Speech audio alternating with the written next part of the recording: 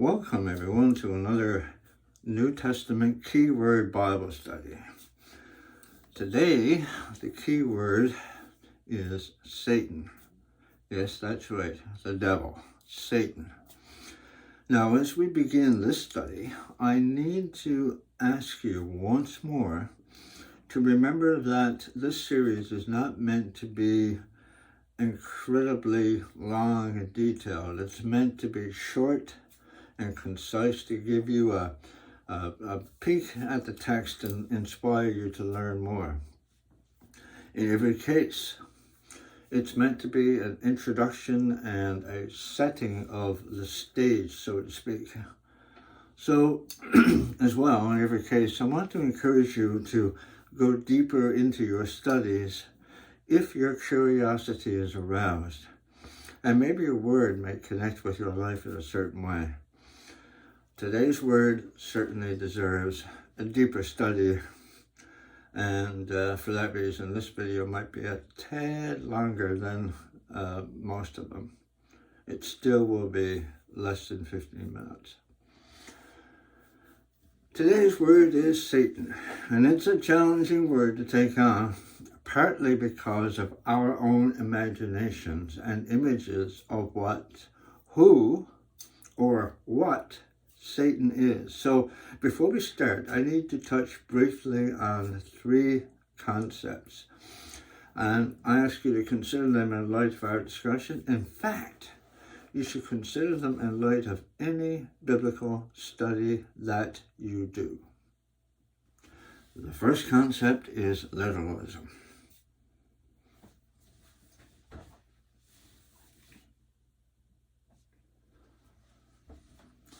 The first concept is literalism. Literalism is the tendency to take a text from the Bible and accept basically what the words say explicitly. A literal reader will often dismiss any possibility that the text might be just a story, saga, myth, narrative, or some kind of belief that was rooted in pre-scientific understandings. We should try to remember that ancient views of the universe, for example, culture, disease, human physiology, or human psychology, was very different from the things that we know to be true today.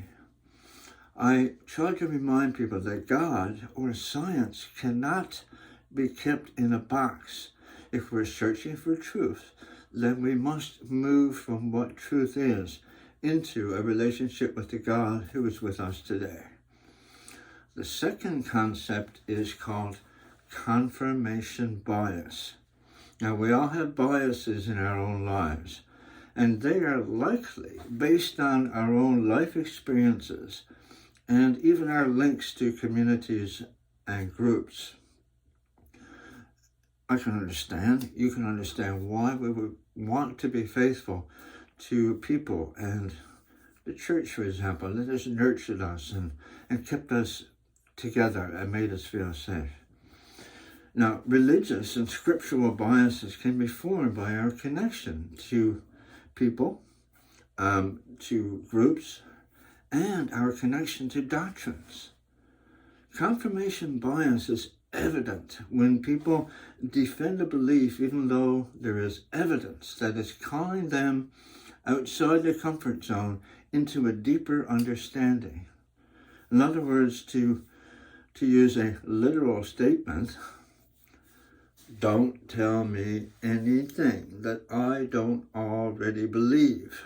Don't ask me to change. I am staying where I am, and it is not going to happen. The third concept is dualism. Dualism is a view that there are two absolute divisions of pretty much everything. A dualistic way of thinking would say not only are the concepts opposite, but they're in conflict with each other. They're opposed to one another, and one of them wants to win. They both want to win. Some examples of that: life and death, light and dark, good and evil, and even, yes, God and the devil. Dualistic thinking has found its way into many cultural and religious aspects of our lives. You may have heard the phrase, it's black and white, there's no gray.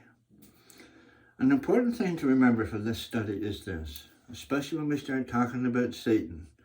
The way we understand duality is going to determine the forming of how and what we believe. So, let's get going.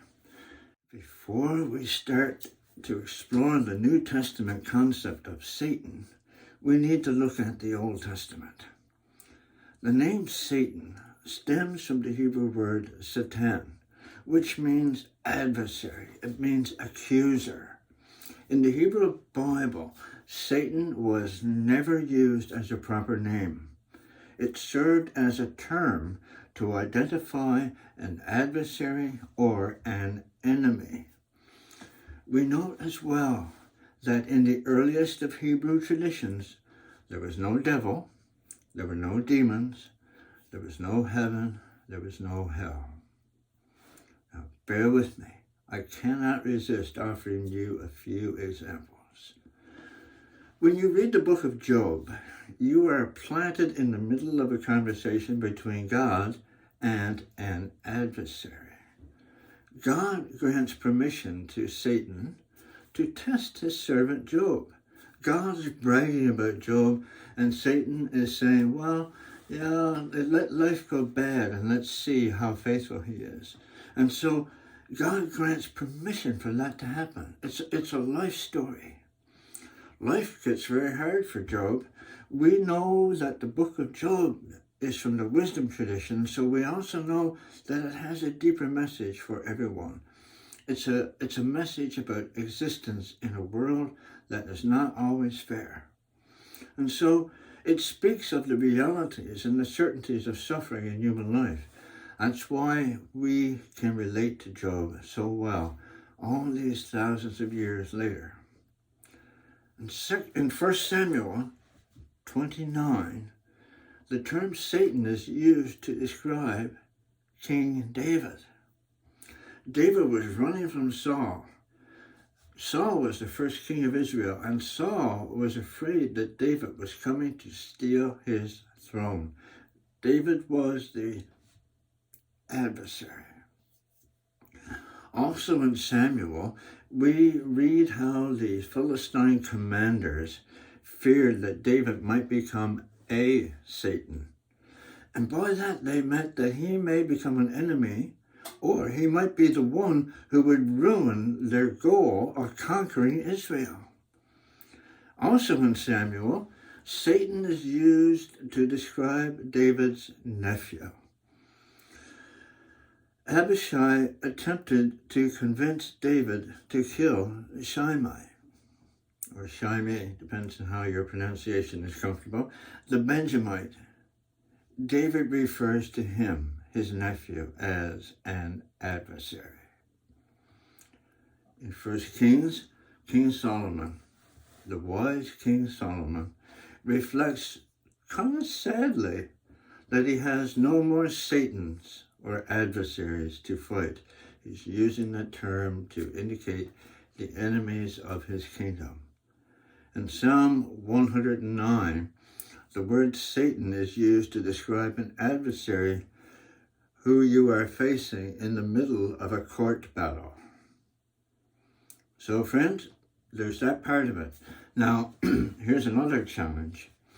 When you study the word Satan, right from the beginning, there is a huge theological hurdle. It's a challenge for you. Isaiah 45:7 says, I form light, I create darkness, I make weal and create woe. I, the Lord, do these things. So what is that saying? Well, according to the Hebrew Bible, which we call the Old Testament, God alone controlled things. God alone was responsible for everything that happens in creation, both good and evil. You have to believe that if you believe that we were created by one God. So there are many, many interpretations of that, you would agree. Pondering all this leads us to the question that is known as the problem of evil. How could an all-powerful, all-loving, benevolent God allow so much pain and suffering on earth? How would an all-powerful, loving, and benevolent God create a devil or evil? Again, there are many interpretations, including one which has the devil as a real entity who is at war with God, determining to win the battle and capturing humanity. Now, Christians, on one hand, will say the battle is already won, and yet they insist that there is a war going on.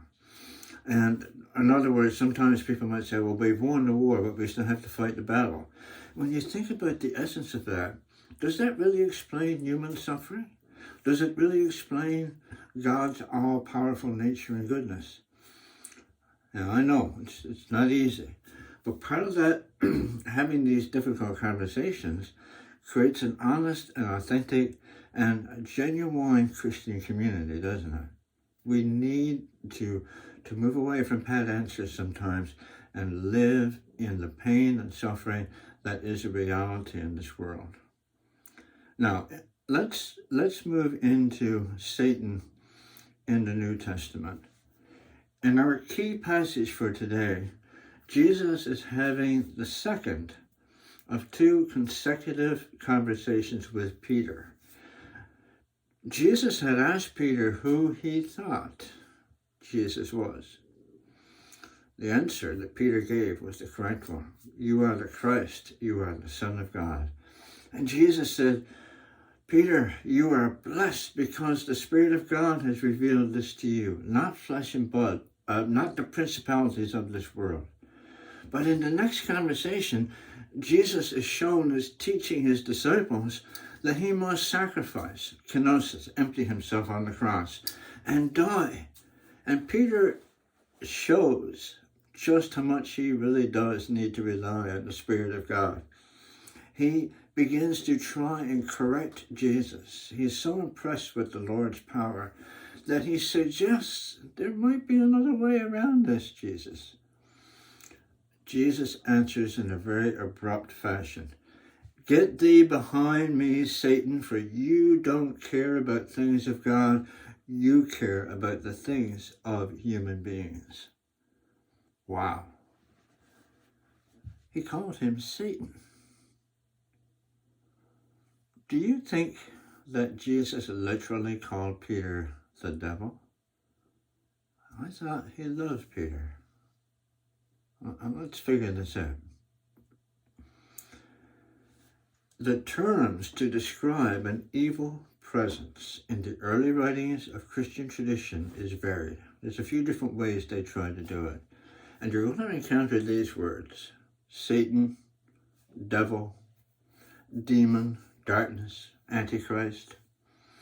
And I want to remind you, if you look at video 19 in our series, there's a whole study there about demons and the demonic.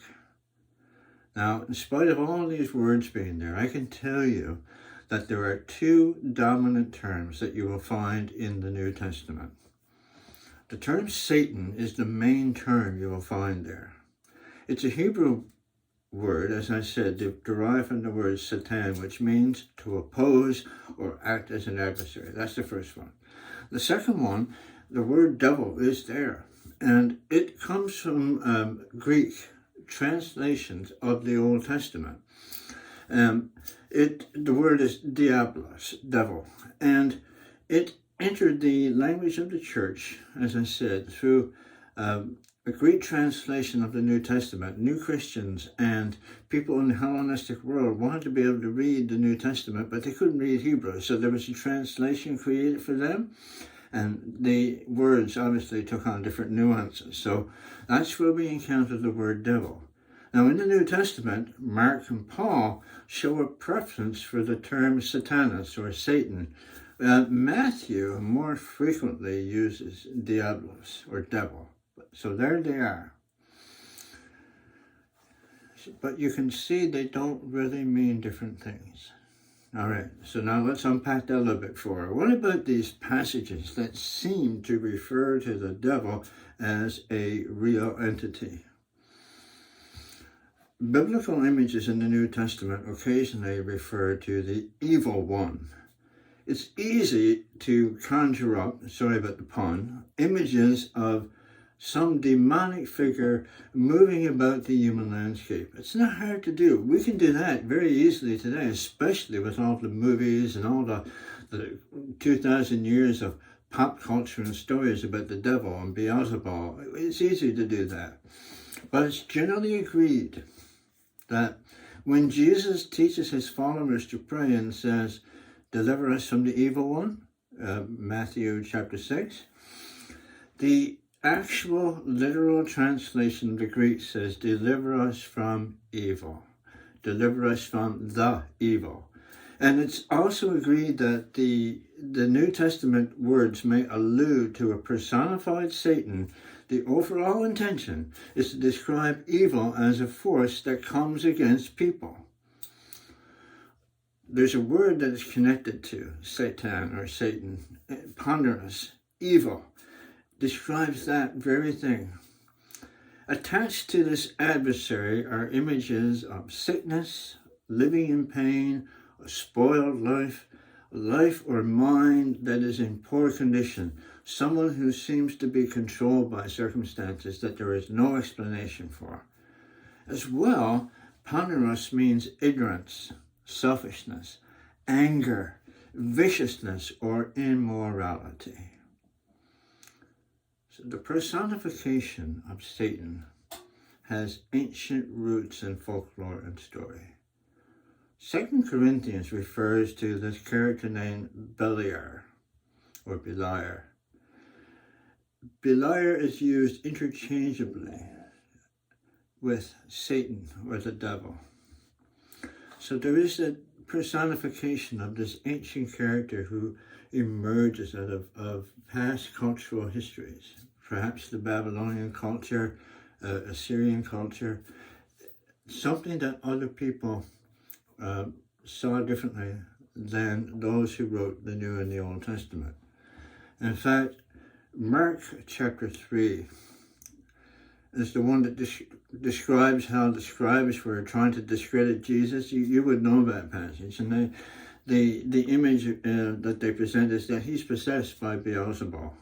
Beelzebub is the prince of demons in ancient Babylonian culture, and actually Philistine.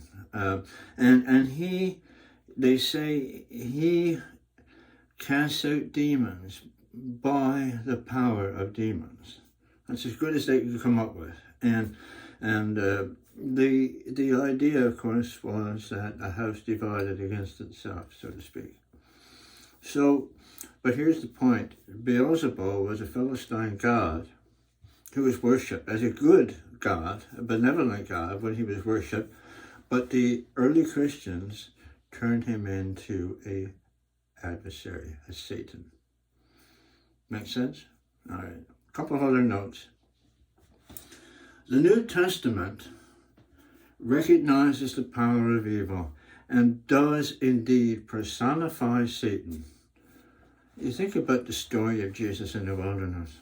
Now, you can take it as a real person tempting Jesus there, or Jesus being tempted by the fullness of life, by the joy of family, by the world, being tempted by the world. I understand if people have different images of that, and that's fine. But think about this. The New Testament, you read a story where we're going back to Job again, where Satan, the adversary, is given permission to tempt Jesus. And not only that, he is confident enough that he offers Jesus the whole world. Everything will be yours if you just bow down and worship me. And of course, we know that Jesus refused to offer loyalty to the devil. So again, friends, we have to return to that question of evil that we started out with in this study. How could a being created by God and who fell from grace, fell from the loving grace of God, become a person or a demon capable of threatening all creation? Isn't that something to think about? Now, my friends, whatever image you have that emerge in your study from the usage of Satan, the devil, the Antichrist, or hell, an underlying image for all of us is this: there is indeed pain and suffering and death, inequity and injustice in the world, and we struggle to understand it. Often evil has a human face, and we ask God why. It's not hard to understand evil in terms of a personal opposing force to Almighty God. Together, we're trying to figure it out.